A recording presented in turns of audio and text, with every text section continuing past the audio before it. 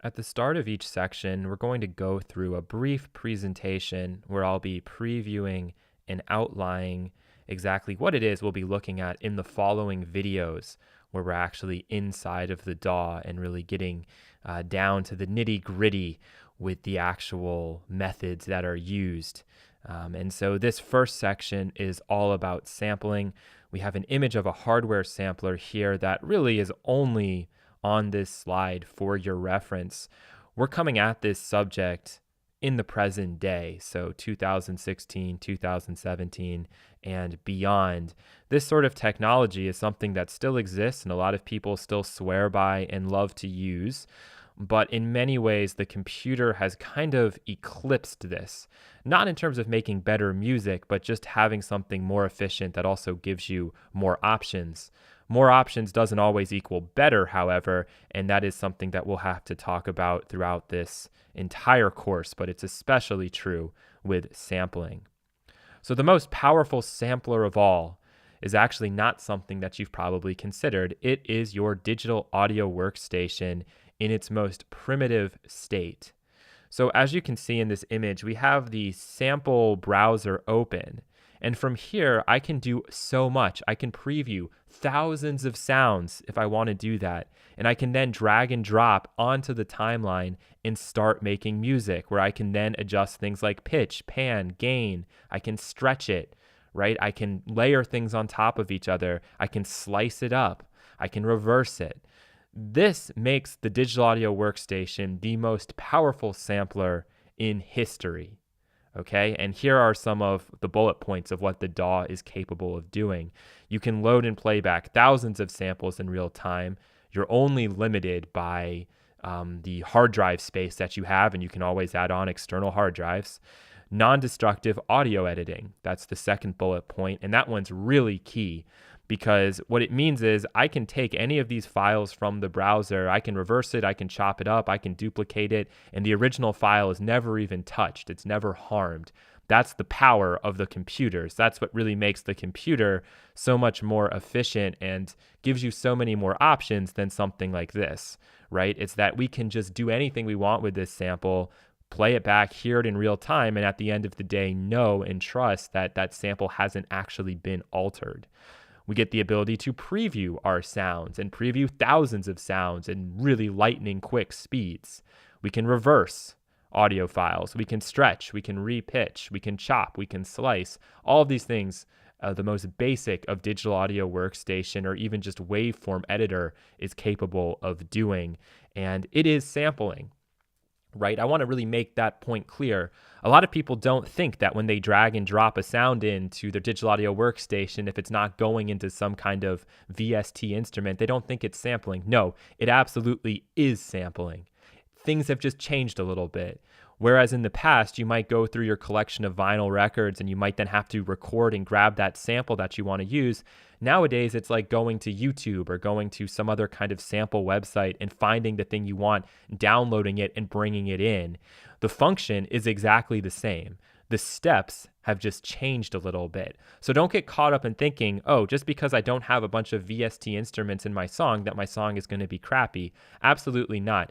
I know a lot of people who might only have one or two instances of a virtual instrument, and everything else is just samples and getting creative at the DAW level, at the basic DAW level. And that's how they make their music, and they make fantastic music that way. So don't shy away from it because you think it's too simple. This is the way that a lot of people prefer to work because it's what they're used to. And because, let's be honest, you don't need to go crazy with a bunch of different virtual instruments, because what those are doing is really just taking a sample from the get-go and allowing you the ability to kind of alter some things with additional effects, with filters, with envelopes. But you can do the same thing with effects processing here, and we can even see in the pitch tab that there's an envelope that's being used, right? It's just the pitch is rising, but that's still an envelope and something that we can shape and control to our liking.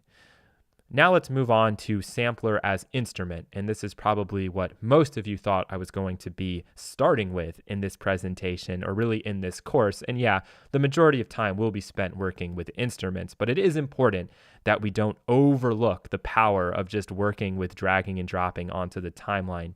Here on the bottom, we have the sampler. It's a very primitive and simple sampler. You drag your file in, you're allowed to key track it. You can then play back the sound at those different pitches using a MIDI keyboard or just drawing in the notes manually. But in so many ways, this is a lot less powerful than this. We can actually accomplish what you're seeing here from the timeline, and it might even sound more accurate because we have all of the different repitching algorithms that we can use, whereas here we're kind of limited. But as you move up the scale and you get into the more commercial type plugins, something like Contact, you will have a lot more options. But just because this appears a lot more complicated and kind of scratch your head, it's exactly the same thing that we see here. So I'll be definitely tearing down those walls of confusion, especially for people who work with Contact and don't understand that it really is just a basic sampler. When you go down to the very bottom of it, the nuts and bolts, we're so used to bringing in the multi-sampled instruments, which is what we'll be looking at in the next two slides. But if you have something like Contact, you can use it as just a huge upgrade to something like this that you might have built into your DAW. Okay, now on to multi-samplers. So this is just a preset that's been brought in to the exact same device as before, only now instead of the single sample, we can load in a bunch of different samples, and you can see the little keys at the top that correspond to, if I hit C1, it's going to play back the sample that exists at C1. And so you can use this method for a lot of different things, and it can be very powerful. You can resample an instrument and make it very realistic, as is the case with Contact. There are thousands of samples that have been used and brought in to try and, get as realistic a sound on a piano as possible. And it's amazing how realistic some of these instruments are. This was something we talked about in the previous course, but I'll just bring it up again. With having unlimited storage space, we can really get pretty much any sound imaginable. We can sample any instrument, and it can be done to a very, very accurate degree. Okay, so that is sampler as instrument. Here are some of the positives of that. We have the ability to key track, and therefore we can also then use something like a MIDI keyboard. So we get more of that tangible experience where we're actually doing something as compared to just clicking a lot on a mouse, which I know that becomes very tedious. We can edit the sample that is brought in. So you have a little display that you can then go and edit the actual sample in if you need to make some changes to it. With something like Contact, you get multiple repitch algorithms for key tracking, which is something that we don't have in our stock sampler here. And then the other thing you can do is you can take the idea of the basic sampler a lot further and start to add in multiple samples, which means you can create things like multi-sampled instruments. You can resample a Steinway piano and make it very accurate. If you want to go a different direction, you have the option of multi-sample playback, where, for example, you could take a drum kit and you could have some kick drums, you could throw in some snare drums, so you're not key tracking anything, but you're then able to, play those back and play in a drum pattern if you want to do that, as well as you have the option of instrument layering. So that's something that you can do very easily with samplers that requires multiple tracks from just the timeline. For example, we could have here actually, we can't do it with this instrument, which is very frustrating. But with Contact, we could very easily load up piano and strings, put them on top of each other, put it in one instrument, or break it up into two instruments, but trigger it back from just the same single keyboard. Very powerful stuff. And eventually, from an organizational standpoint, it actually starts to make your life a little bit easier, frees up screen real estate, and those sort of things. Okay, on to our next category of samplers, which are really just drum machines, but the idea of having samplers inside of samplers. So each pad here is containing some kind of instrument.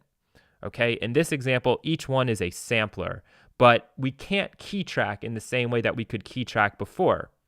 So what's the benefit? What's the point of doing something like this? Well, it's pretty simple. If you load up a drum kit and you want your drums, you want your kick drum to have distortion on it, but you don't want your snare drum to have distortion. You want your snare drum to have reverb.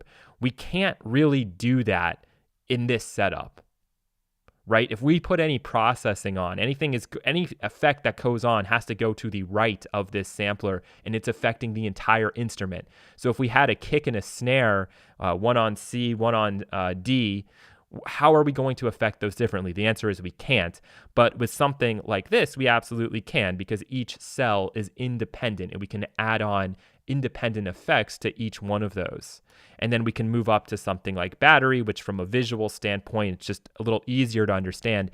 We'll go into each sample individually, and each one has its own set of effects that you can then use and set up independently. But at the same time, if you want, you can still go a step further and you could affect the entire drum machine, right? So if I wanted to compress all of the drums, I could actually do it internally within the instrument, but I could also just add effects after the fact here. So after battery, I could put on my compressor, and that's going to compress the entire drum kit. Same idea with Bitwig Studio's drum machine. I can add effects processing at various levels and get exactly the sound it is that I want. So some of the bullet points about working with samplers inside of samplers. Again, really just drum machines is what we refer to these as for the most part. And we have the ability to add effects to each cell independently, plus the option to affect the entire instrument if we want to do that. And one final advantage is one-shot layering. If we want to have 3 different snare drums all trigger at the same time, and unfortunately I don't have a MIDI clip in here, but if I did, I could just layer all at that point. I could have 3 different snare drums. I could control each of those 3 independently and then possibly do group processing on all of them as well. And that's something that the sampler in Sampler allows us to do that's just a little bit more efficient, frees up more screen real estate than if you were to go all the way back to the beginning and have to load them on top of each other. Luckily, we now have grouping, so it really doesn't make too much of a difference one way or the other, but it can be a little bit quicker to throw it inside of a sampler. So I think that's going to do it as a preview. We're now ready to jump into the real thing, dive in, go all the way, and actually look at some of the steps and some of the processes and the sort of sounds that we're able to get using a variety of sampling methods.